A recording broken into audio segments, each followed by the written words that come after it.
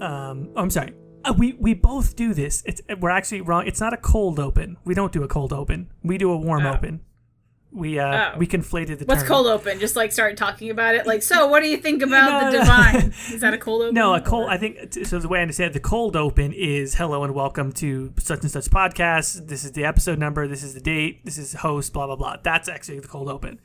Mm-hmm. So the warm open is basically what we do, right? Where we just kind of let people sort of walk into the room, so to speak, as we're talking.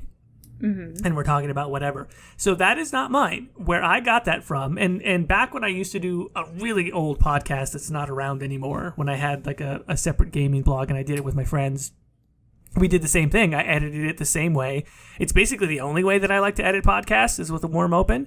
And I got that from the way that the Bungie podcast used to be structured a long time ago.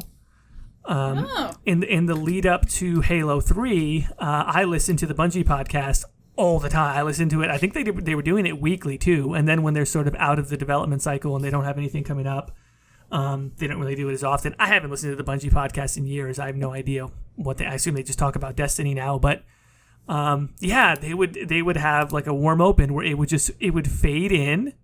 And maybe at some point they would introduce themselves, but it would just fade in and they would be talking about like, what the good sandwich spots are near the office and, how it sucks that they're not in Chicago anymore and they can't get good pizza and, whatever, whatever they would talk about. And like, I always just felt like that's the way to go because it feels like when you get to the bar and your friends are there before you and they've already kind of started on their beers and you're kind of jumping into the conversation.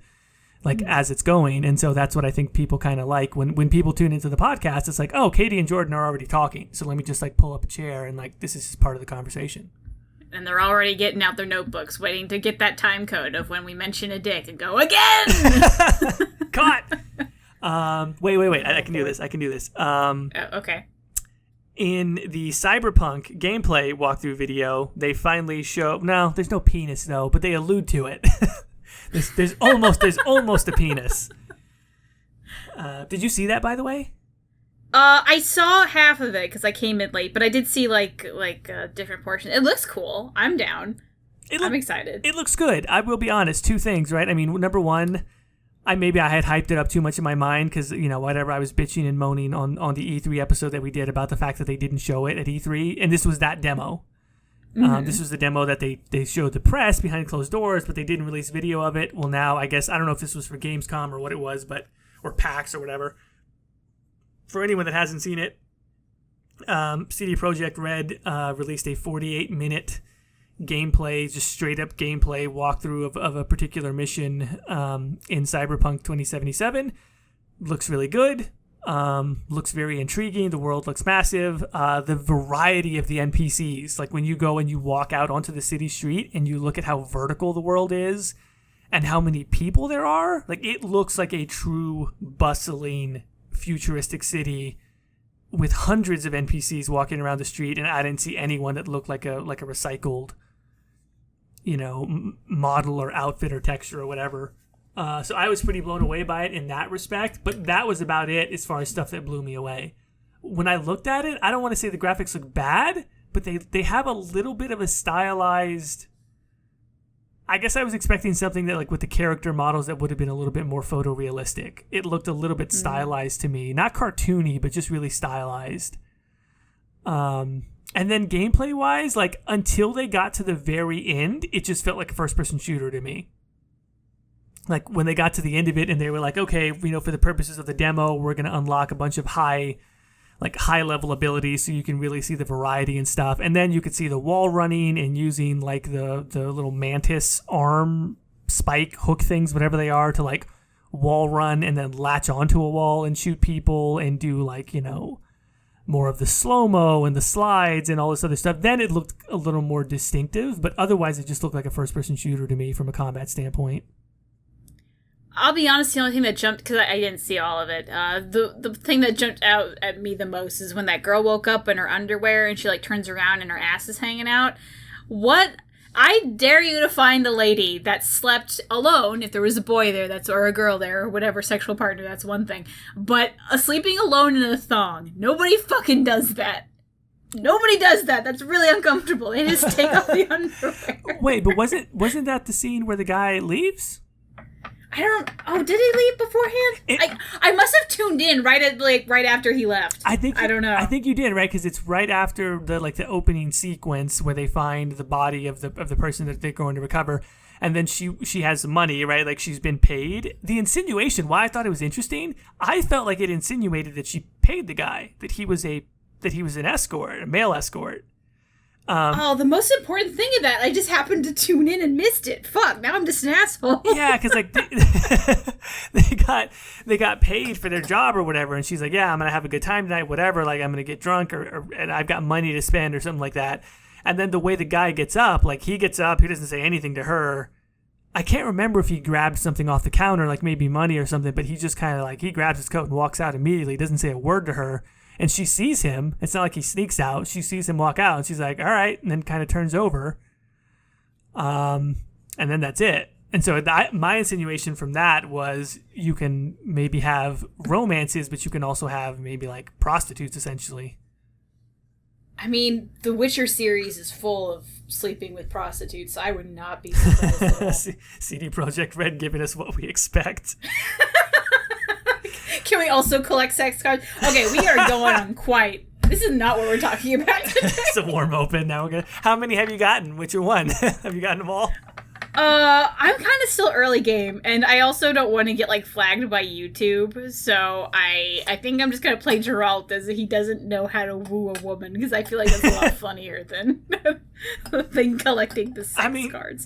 Wooing women with especially look, I like Geralt. I like the voice actor who does them, but in the first game, like, holy crap, the romance is really stilted. Like, the dialogue, the quote-unquote romantic dialogue is really stilted.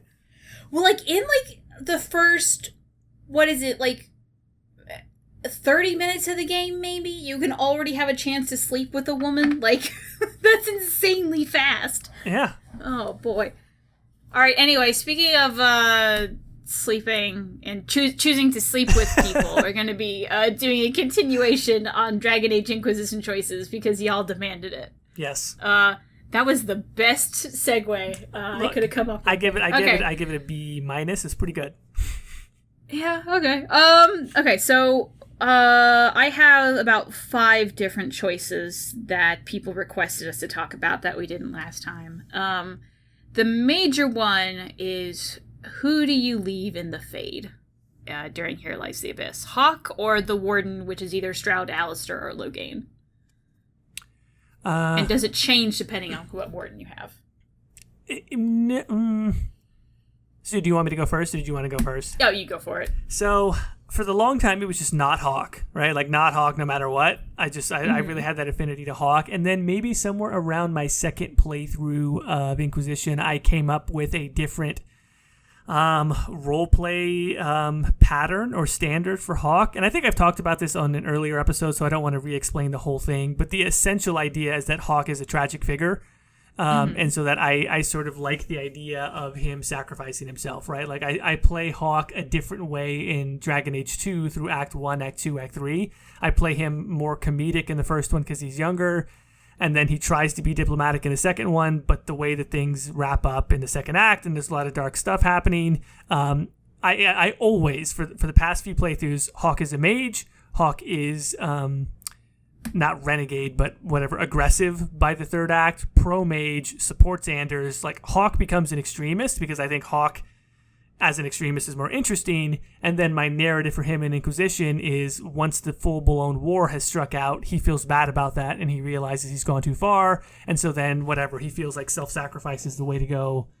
So now it's always Hawke. Before it was always not Hawke. Now it's always Hawke.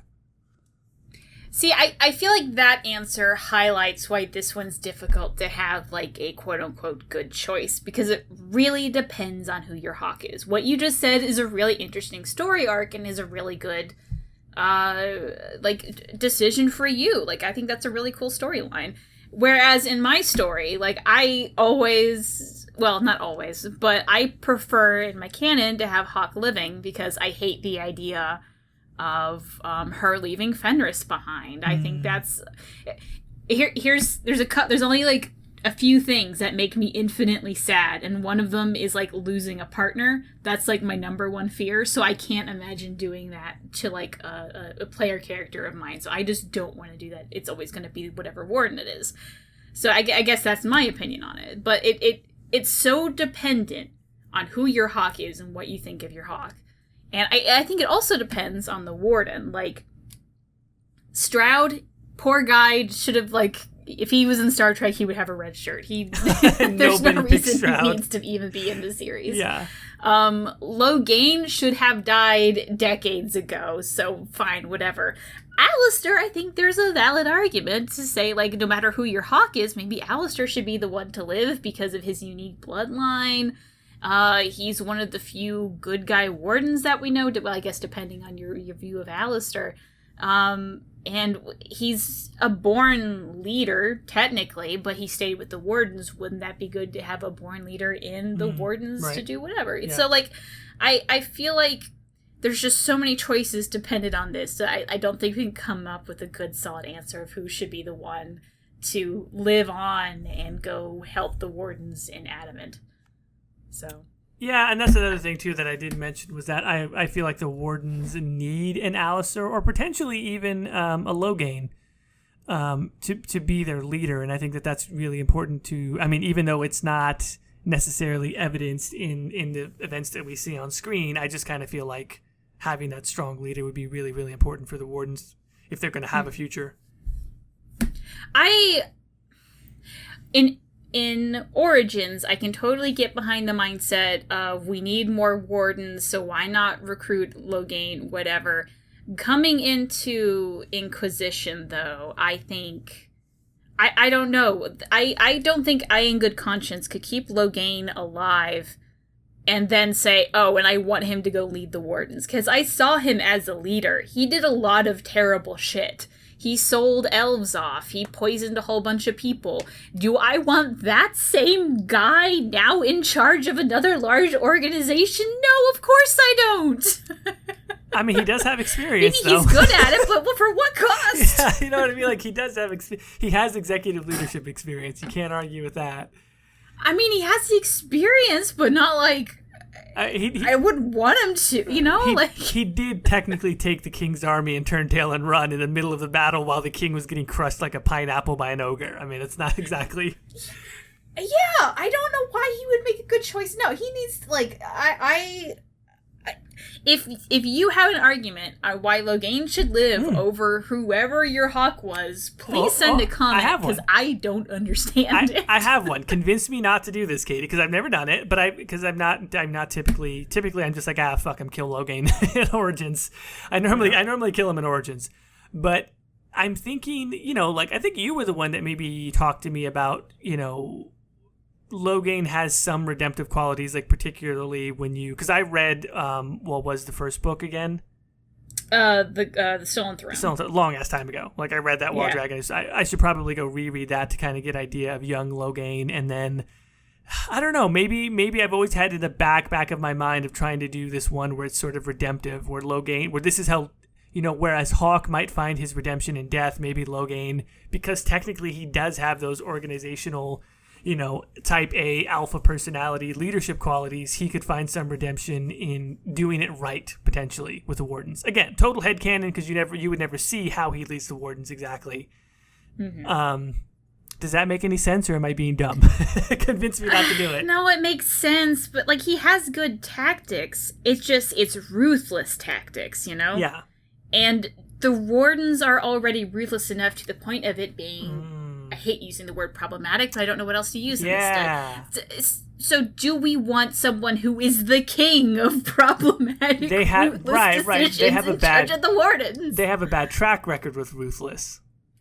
Oh boy. They would do much better with, like, Alistair than yeah, who's at least a bit more ethical, and, like, I guess depending if you harden him or not, could be weak or not. But even then, like, I don't know. Like, I would rather see an Alistair there than a Logain. Stroud, I guess there need to be some development with Stroud. Like, yeah, you see him in Dragon Age 2, but it's, like, literally for 2 seconds, and then he's gone. So, it's like, oh, thanks for taking my brother or sister and taking care of them. Great. All right. See you in the next game when you kick it. Yeah.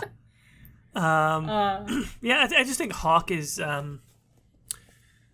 Hawk feels like the right answer, and it's also sort of not problematic, that's too strong a word, but like Hawk surviving, like Hawk's always going to be controversial no matter what. I mean, it's not a reason to kill him or her, but I just mean Hawk comes out of the Fade, and like Hawk is still the person that kind of was at the center of Kirkwall and all this other stuff. It's like Alistair at least could come out as a respected leader of the Wardens, and I don't know, like I just feel like the narrative is sort of there in the canon no matter what for Hawk to make that sacrifice.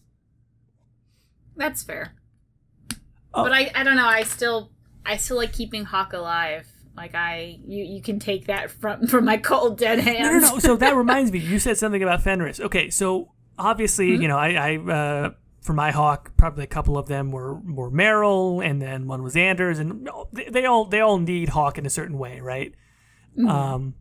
Maybe Isabella is the one that maybe needs him or her the least, but you know, that there's that aspect of it. Totally get where you're coming from. For me, the thing that's a gut punch every single time, even though I've done it like 3 times now, is Varric.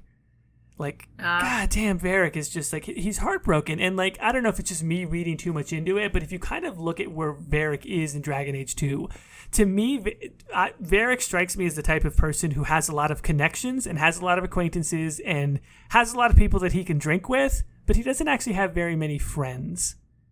Do you know what I mean? Yeah. Do you get that vibe from him too, where it's just like he knows everybody and everybody knows him, but he's kind of like a dealer and he's kind of like he's doing when you're that business minded, like you know everybody, but you don't have any close friends and allies. Yeah. Right? You kind of have to be neutral towards everyone because you're chasing after the dollar and everything else, and his brother and him don't really get along. And so I really feel... Or at the time of Inquisition, he's dead. Yeah. So when you look at it, it's like Hawk is this... Well, potentially, Hawk is his friend, and then also the Dragon Age 2 crew are Varric's friends, and so if Hawk dies, then Varric loses that friend, and then the Dragon Age 2 crew isn't really around so much, so it's like, man, like he really lost his friend. The only sort of silver lining to me, and like why it's more tolerable, is because like, well, now maybe the Inquisition crew are his friends. I just don't see him being as friendly with the rest of Inquisition, though. No, like, not as with Hawk. And like that Dragon Age 2 crew was like, he had nicknames for everybody, and it's just great. Yeah, I think this is kind of a side note, but I think that's one of the reasons why the ending of Dragon Age 2 was always going to be a tragedy to me. Like, no matter what your decisions are, because you had a group of friends, and no matter what happened, you're all going to scatter to the wind. That always makes me really sad. It is. It really is. Well, all right. I think for the most part, that's the nail in the coffin for Left in the Fade. Yeah. Which I would sum up as, I don't know. Yeah. All of them have good and bad qualities. That one's I'm less whatever. Now, another one that was highly requested was who to choose for the Divine. Which I guess my first thing to say on this is it's I would be hesitant to say you get to choose the Divine, you know? Like, you can influence it, and if you know how to influence it, you can easily do it. It's just, you can say you want Cassandra as the Divine, and then Vivian's going to be the Divine no matter what you say. So it's kind of hard to make this choice, I guess, because it's almost not really a choice. You know what I mean? It's like a consequence? Is that better to say? I don't know. But you're putting your weight behind who the Divine is going to be. Yeah, but that doesn't always mean that Divine gets chosen. Wait, so list all the facts, because I think that every time I've done it, it's the person that I wanted it to be? Really? I think so. I mean, so wait, so what are the, what's like the matrix, or like, I'm sure someone has a spreadsheet. I don't know if you have the whole thing memorized, but like, what are the... Oh, I don't. what are the... I'll be honest, I got so tired of just trying to memorize the matrix that I just figured out a way to go into the game files, change the numbers around if it really mattered to me that most. Problem solving, that's a good way to do it. So it actually depends on all of the choices you've made in the game.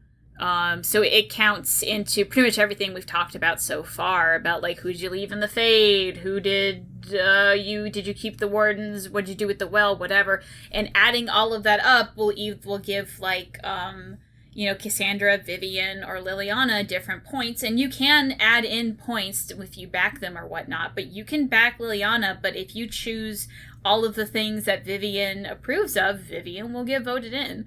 It's not necessarily who you put forward. That's the game can actually take your choice and say, that's great, but fuck you. I think I looked up the Matrix at one point. Okay. But I guess, okay, so, yeah, that's true, right? So that's that decision, that outcome is whatever. It's got all those factors that go into it. But I guess the interesting thematic decision is, are you favoring...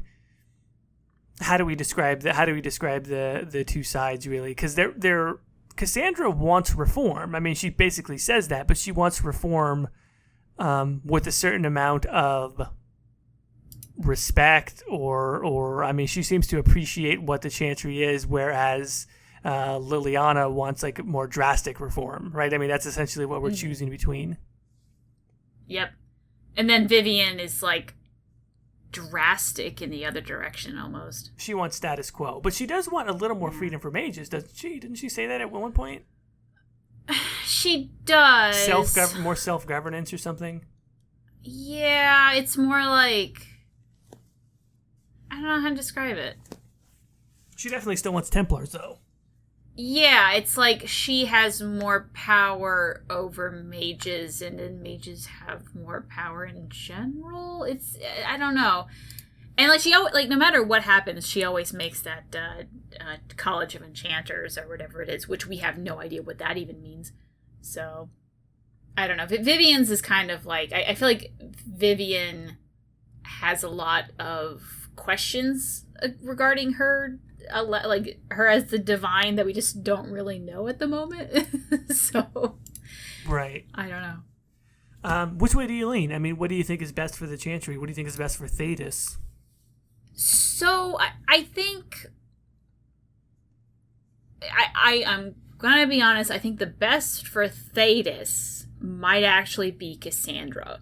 That being said, I always choose Liliana. That's softened. Okay. So I think Cassandra would be the best for peacekeeping because she's very firm, and in a country and with a bunch of nations that are going through a lot of turmoil, the Chantry being stable would be very beneficial. But I think that for this series of games, and I get to live out my fantasy or whatever, I like Liliana's belief system towards the Chantry, where like you accept everyone, whether they be elves and dwarves or whatever. All sexes can be part of the priesthood. Mages are left a little bit more free. Now, granted, this is going to lead to a lot of chaos, but that's how I kind of want to see the series going, so I don't mind choosing that. But I do think if this was a real life scenario, I would probably actually choose Cassandra. So I guess that's where I go. I don't know if you have differences. No love for Viv? I guess I just don't really know that much about Vivian. Like, I don't really know what she plans to do, and she keeps her cards really close to her chest, so I don't trust her. I like Vivian. I just don't trust Vivian. You know, I would say I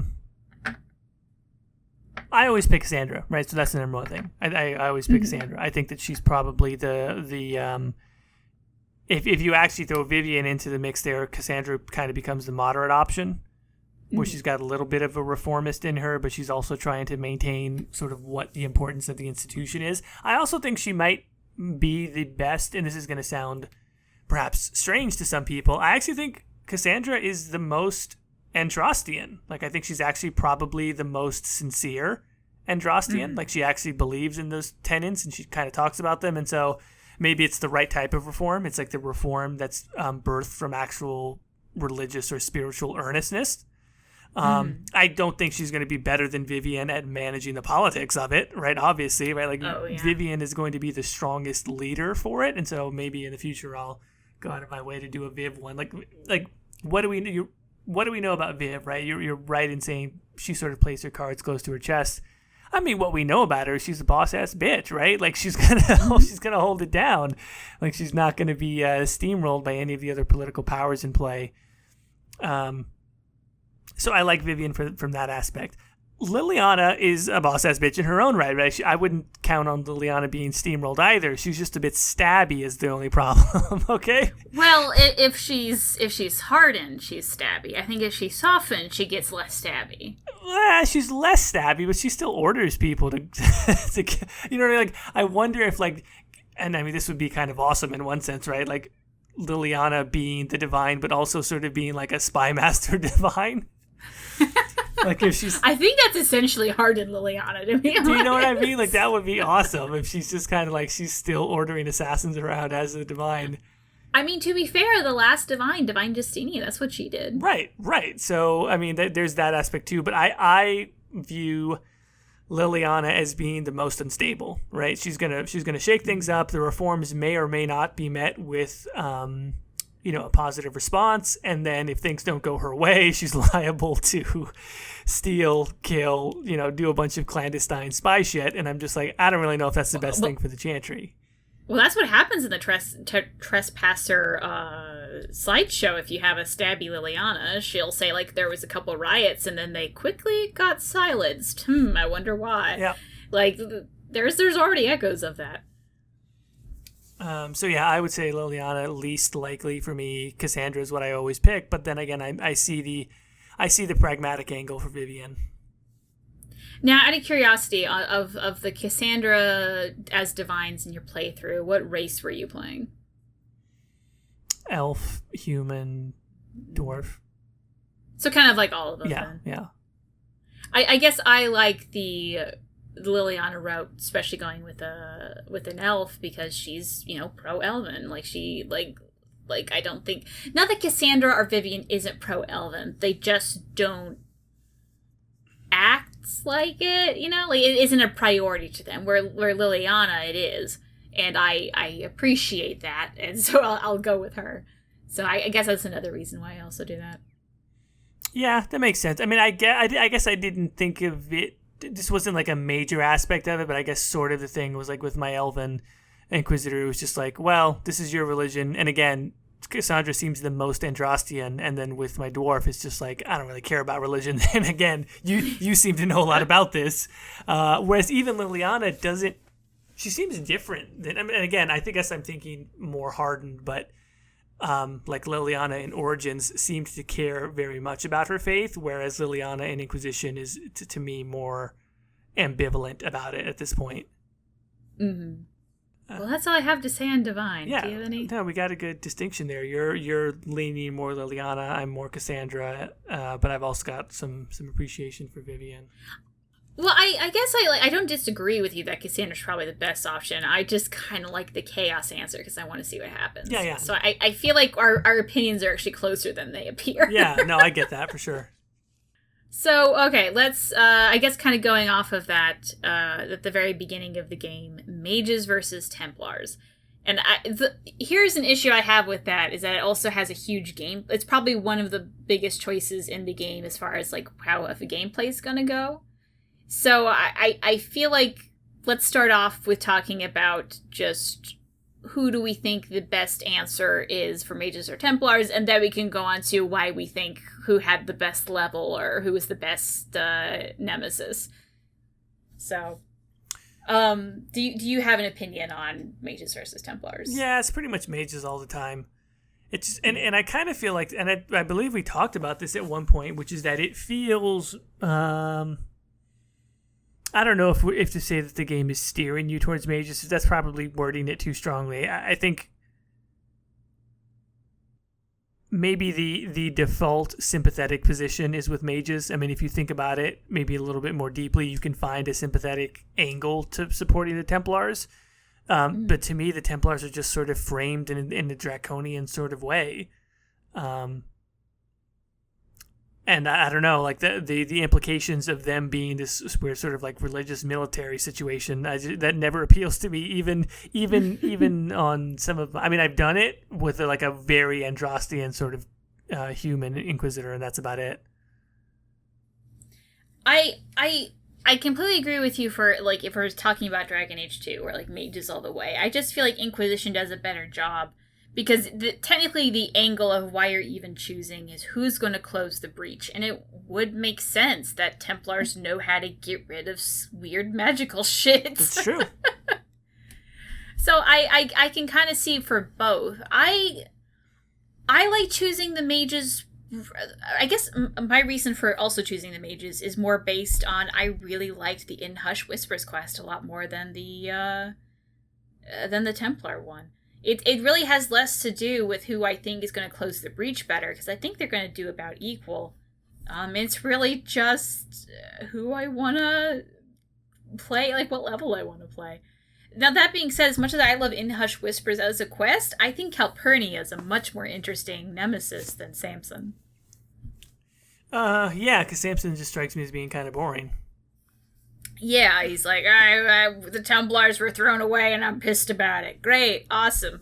Where Calpurnia is like, my country is like, we were a really great country, and then we decided to be weak, and like, we're just destroying ourselves, and the mages and slavery is just the worst, and that's kind of a really compelling narrative. Versus Samson's like, I was thrown away like garbage.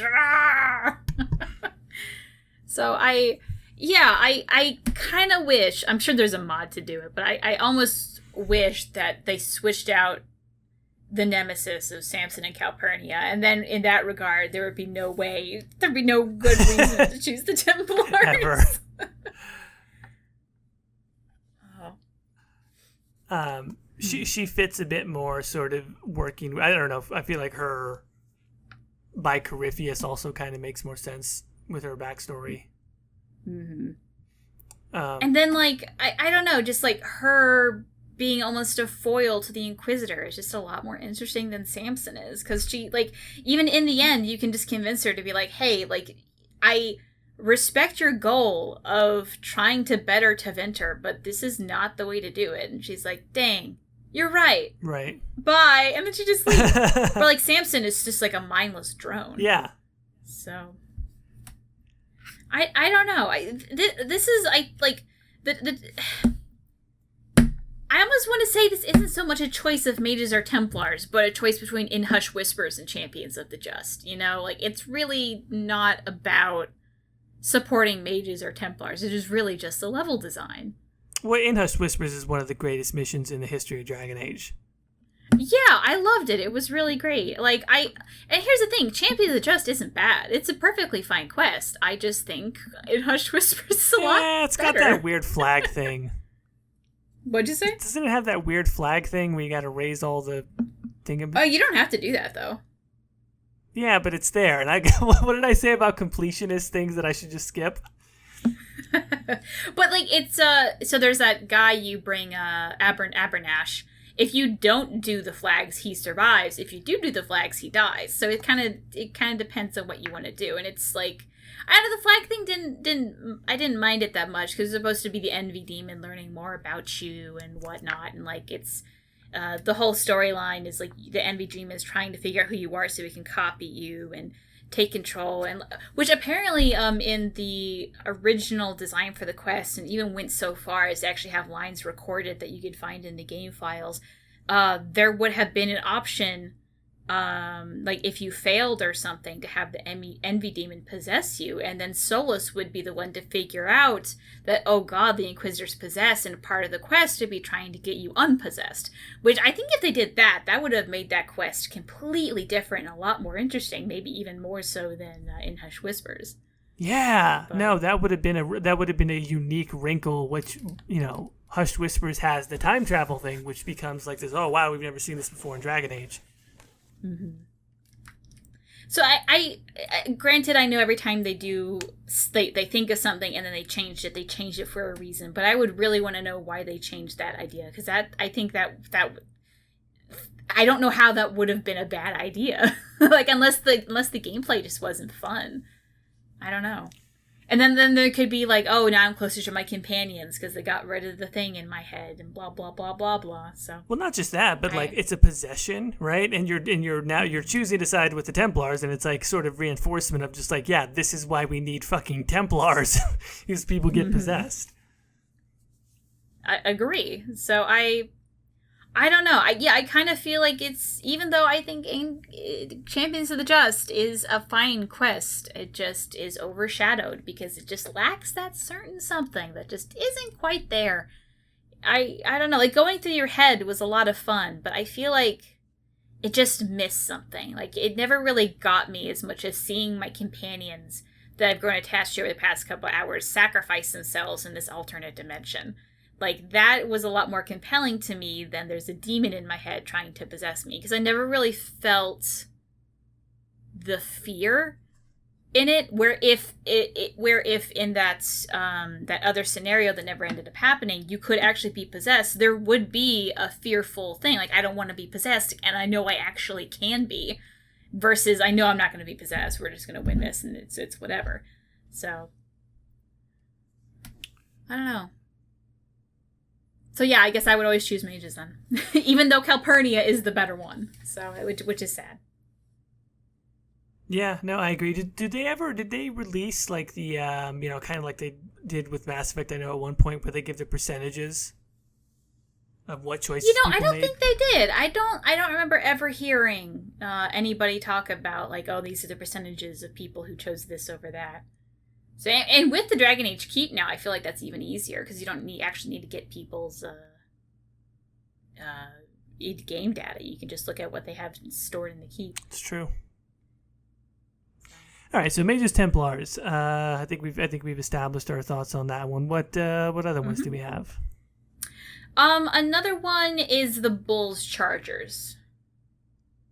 If you either want to align with the Canary or save the Chargers. If you want Bull to be a tradie, make trader face or not. That's literally all that decision is now. Basically, yeah. Here's my rant on the Chargers. Any Inquisitor that knows their history is never going to side with the Canary. The Canary have never, ever, ever, ever, ever sided with anybody ever. And suddenly they're going to side with you and not try to manipulate you? Like, I don't know. Like, the Canary have always tried to overpower people. Why suddenly, even though they're still at war, and with Thetis, like, look what happened with Kirkwall. Like, why would they ever side with the Inquisition? It just doesn't make sense. It smells like a trap. And it obviously is, because look at what happens with Bull and the events of Trespasser. I just don't see it working out. So even though, if we want to get technical about it, if you're all about saving lives, you're probably saving more lives if you save the Canary Dreadnought, because there's a giant warship full of actual people that sinks because you wanted to save a band of like 4 or 5 people. Like, I just think Bull's Charger is the better choice because there's no way the Canary are actually going to keep this deal. And oh my God, turns out they didn't. yeah, but Caitie, they have big boats. I like big, it's not even that impressive of boats. What can I say? I like big boats, and I cannot lie. No, I'm just kidding. Boy. That was a long way to go for a terrible punchline. I almost completed that bit. I thought that's what you were going for, so I decided not to steal it. No, I mean, I guess you mentioned the life-saving things, and then I also kind of feel like, yeah, I mean, pragmatically, it's like they have fucking warships, and Bull has whatever, these 6 people that are kind of plucky. I'm like, this is a no-brainer for me, except you're right when you talk about the historical aspect of it. It would be a no-brainer to pick the people who are, have massive means of war, except they don't ever truly ally with anyone. Mm-hmm. So you're going to get stabbed in the back. I guess from that standpoint, you're right. On the first playthrough, I think the first time when I didn't know how it affected Trespasser, I didn't pick the Chargers because I'm like, it's like 6 people. Mm-hmm. And then you're like, oh, this is the only decision that matters when it comes to Bull being Trader McTrady face. Okay, thanks. At the same time, though, I really like that consequence of it, because like there's not really that many other choices in the game where a companion, no matter what you choose, is going to just stab you, no matter what you say. Doesn't matter what your approval is. Doesn't matter if you were in a romance. He is a weapon of the Qun. You cemented that, and now you gotta deal with the consequences. And I respect that. I agree. I mean, look, overall, I like delayed consequences. I think that's a real big thing that RPGs should do as much as possible, rather than you made this choice, here's the drawback, and here's the reward right away. Like, those delayed consequences are really cool. And yeah, it makes a hell of an impact. So I agree with that. At this point, though, now knowing that, it's like, yeah, I just pick the Chargers over and over again. Yeah, I guess trying to like think of the, not so much as the meta of what happens in Trespasser, but looking at the mindset of an Inquisitor. Like, I just think it's, I don't know, almost a no-brainer to never choose the Qunari. Like, a human's going to be extremely bitter because of the war with the Qunari, especially if you're romancing Dorian. If you're an elf, of course you don't want to choose the Qunari because they steal your people and take away their culture. The dwarf is probably the only one that's maybe would be able to do it, and a Qunari's not going to choose it because they were probably raised in a family that ran away from the Qun and be like, don't do the Qun. We ran away from that. You don't want that. Yeah. Like, most people, like most Inquisitors, like, they would automatically look at the Qunari and be like, hey, I don't trust in this. I think the only reasoning I can get behind is if you don't want to anger the Qunari, so you side with them, even though you don't trust them. Like, and even then, it's kind of like, I don't know, questionable. But I just can't think of a super good reason other than just blind ignorance of why you would choose the Qunari over the Chargers. And it really has not, like, I like the Chargers, I like Krem, but this choice really has nothing to do with the Chargers. It could have been fucking anybody. It's more for me, it has to do with the Qunari and how I don't trust them a goddamn bit. So in summary, Caitie does not trust the Qunari. Oh god, no. Not at all, no. So if you have a reasonable argument to like side with the Qunari, let me know, because I just can't wrap my head around it at all. Yeah. Wow. Okay. So we totally landed on the same side on this one. Let that fucking boat sink. And like, I feel bad. There's a lot of, I'm sure, good guys that died on that boat, but no, I don't. Yeah, no, I'm not going to side with the whatever.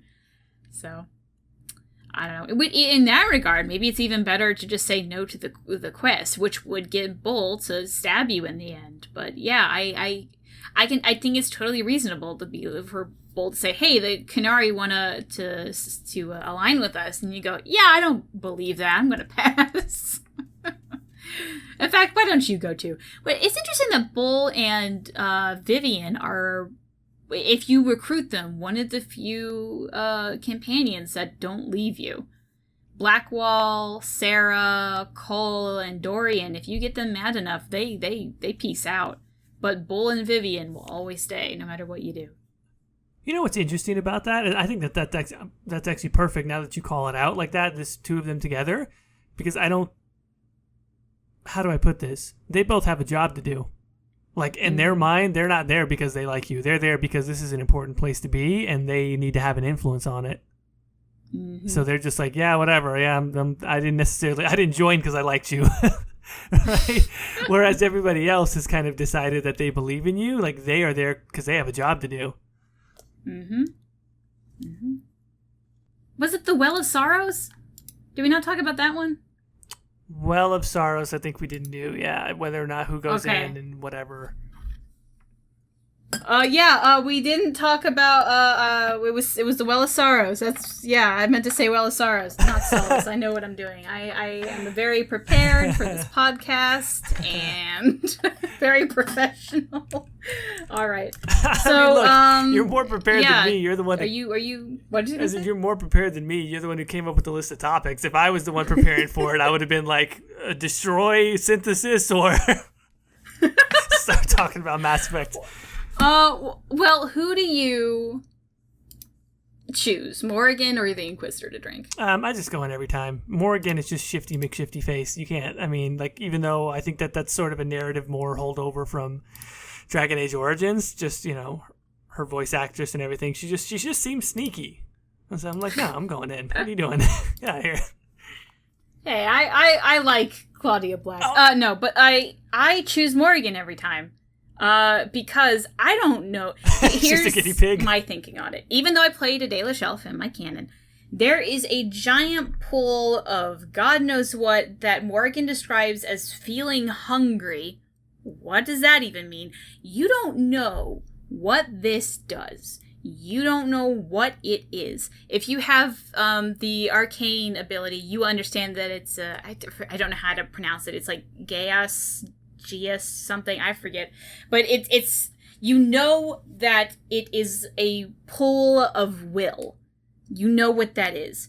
Why would you ever, no matter what this can do for you, want to drink it when there's someone completely willing on your side to do it for you? Like, you already have literally a hand full of strange magic that you don't know how to control, and it causes you pain, and it almost killed you. Why would you want to do that again? It just doesn't make sense to me. Because Morrigan wants to. Like, I think that's a big, because she wants to. Like, and you know the basic, and it's sort of like more omniscient. Like, I guess maybe the Inquisitor doesn't know, but from people that, you know, as the player, you're like, if Morrigan wants something, it relates to her getting power for herself, and that's not necessarily good or bad. It's not automatically good, though. Well, I think I'm the only one in the world, maybe, that's like, fine, let her have it. I don't have to deal with it.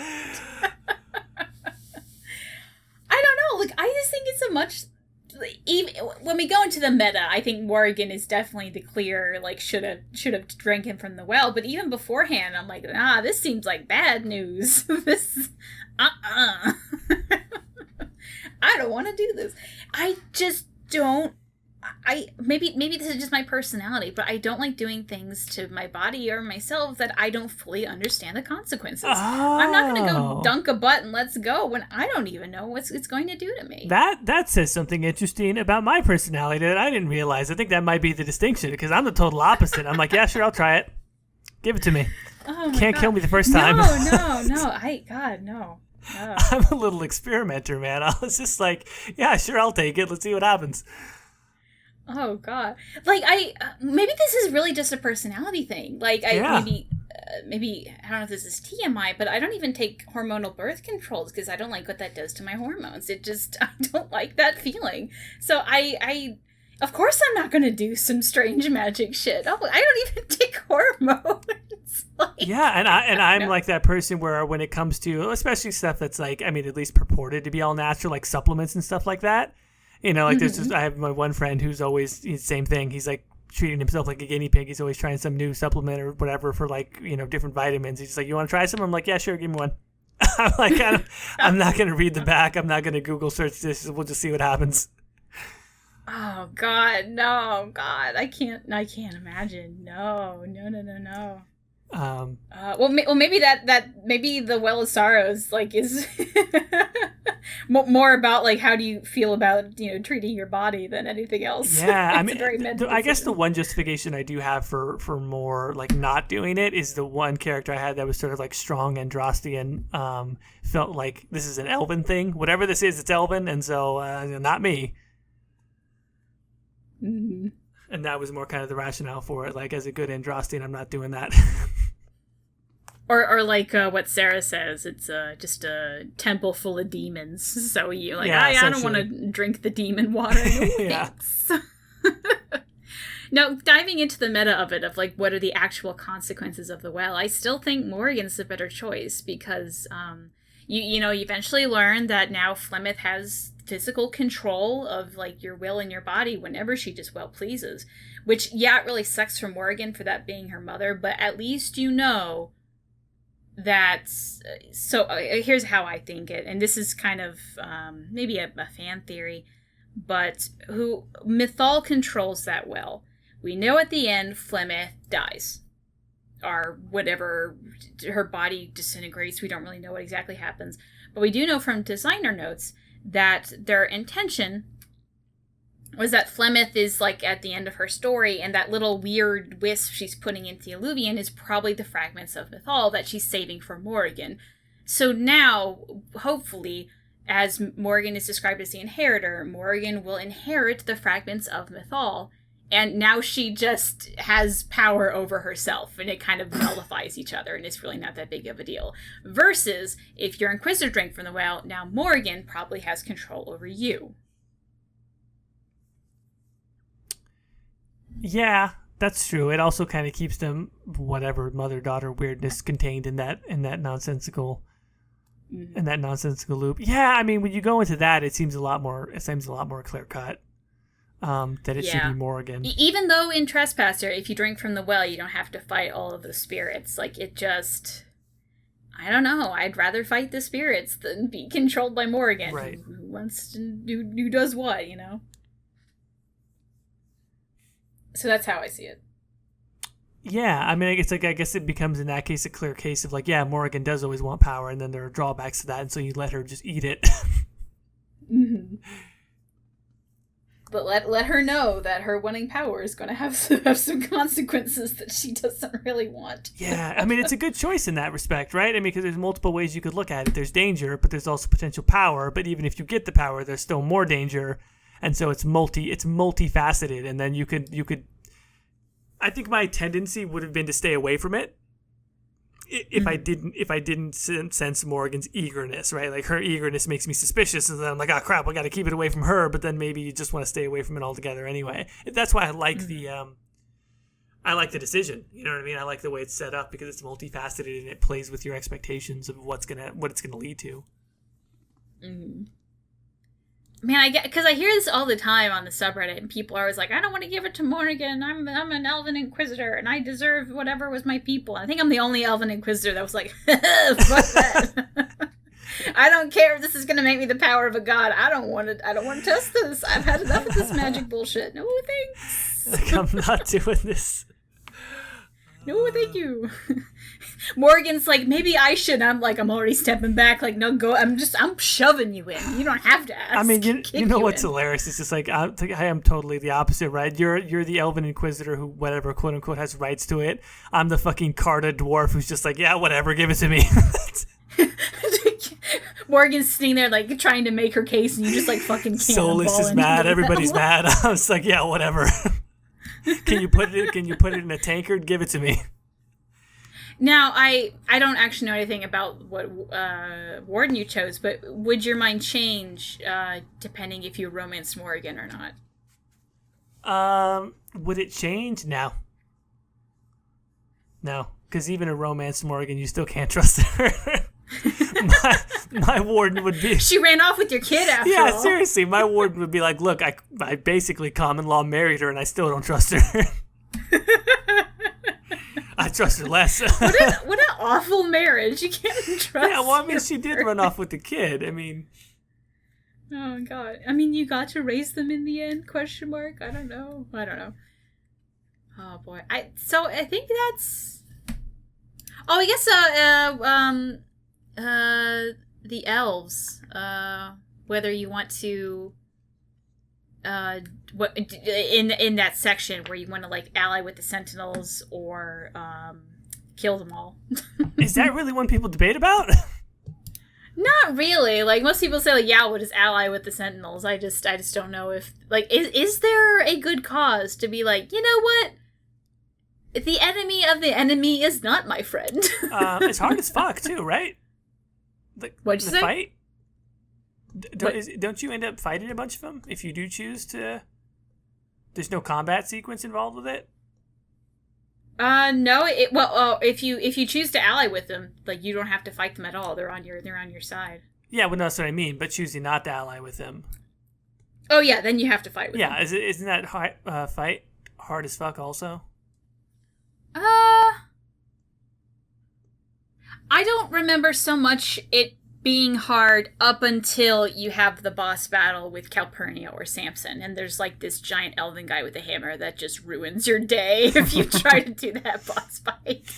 One of the first times I played, I didn't do the the puzzles or whatever to ally with the Sentinels. So they got mad at me, and I just had to fight the boss. And that was the hardest boss fight in the game for me. Like, because I was 1 under level, 2 had Samson and I didn't destroy his armor, and then 3 didn't ally with the Sentinels. So that giant guy with the hammer was just absolutely wrecking me.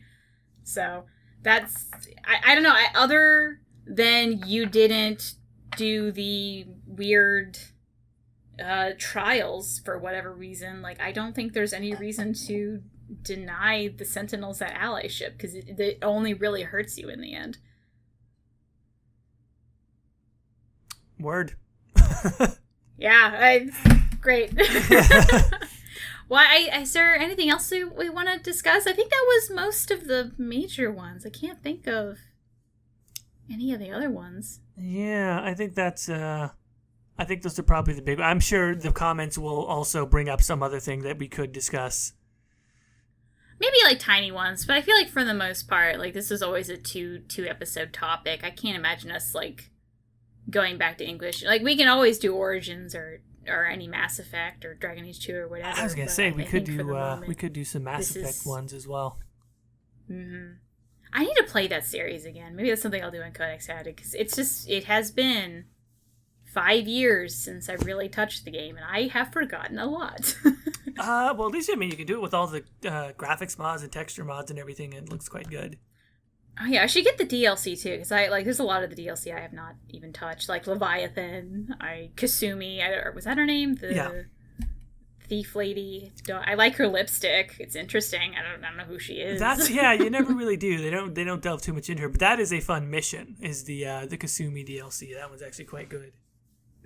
What about Lair of the Shadow Broker? Lair of the Shadow Broker is the best DLC in the series. Well, after Citadel, right? So, like, other than the Celebration that is Citadel DLC, Lair of the Shadow Broker is the best one. It's quite good. I'll have to play that thing. Because the only ones I bought were, I think you have to buy Citadel, and I got that one, and I also got the one with Javik, because Javik seemed necessary. Yeah, Javik is really what, I mean, people are still mad about it. Like, he really should have been part of the base game, but... Which, like, I remember playing, like, he had a lot of interesting things to say, so I'm glad I got it when I did, but yeah. Well, right, Jordan, where can they find you? People can find me at the Exalted March on YouTube, on Twitter, and on Instagram. Where can the folks find you? They can find me at Ghildirthalen on YouTube and Twitter, or Gillanon on Reddit, if that so pleases. And we also have, you're probably listening to this on Codex Added, which is our podcast thing, which we'll get to in a bit. Codex Added, which is our new streaming channel. If you want to see us stream silly games with other people, or just ourselves, this is the channel to do so. And then we're also on wherever podcasts are found, or the Anchor app, if you know what that is. I think that's everything, right? That's our that's everything. We did it. Successful. We were like, episode 20. What is this going to be? 22? Whoa, what episode number? Oh, God. Who cares? What was I saying at the beginning? Doesn't matter. Yeah, it doesn't matter. In fact, let's just skip a number. Do you want to just skip a number? Sure. Why stop there, Caitie? Let's get crazy. Next episode is going to be our 1000th episode. 1000th episode celebration. This is episode B. Welcome. whatever those guys are that have like 150 episodes of their Anthem podcast, just double that, and then we'll just make that the next episode number. Like, haha, we caught up. Suckers. There's just a lot of hidden episodes that got trashed. All right, okay, we're talking too much. All right, rest your all. Goodbye. Bye.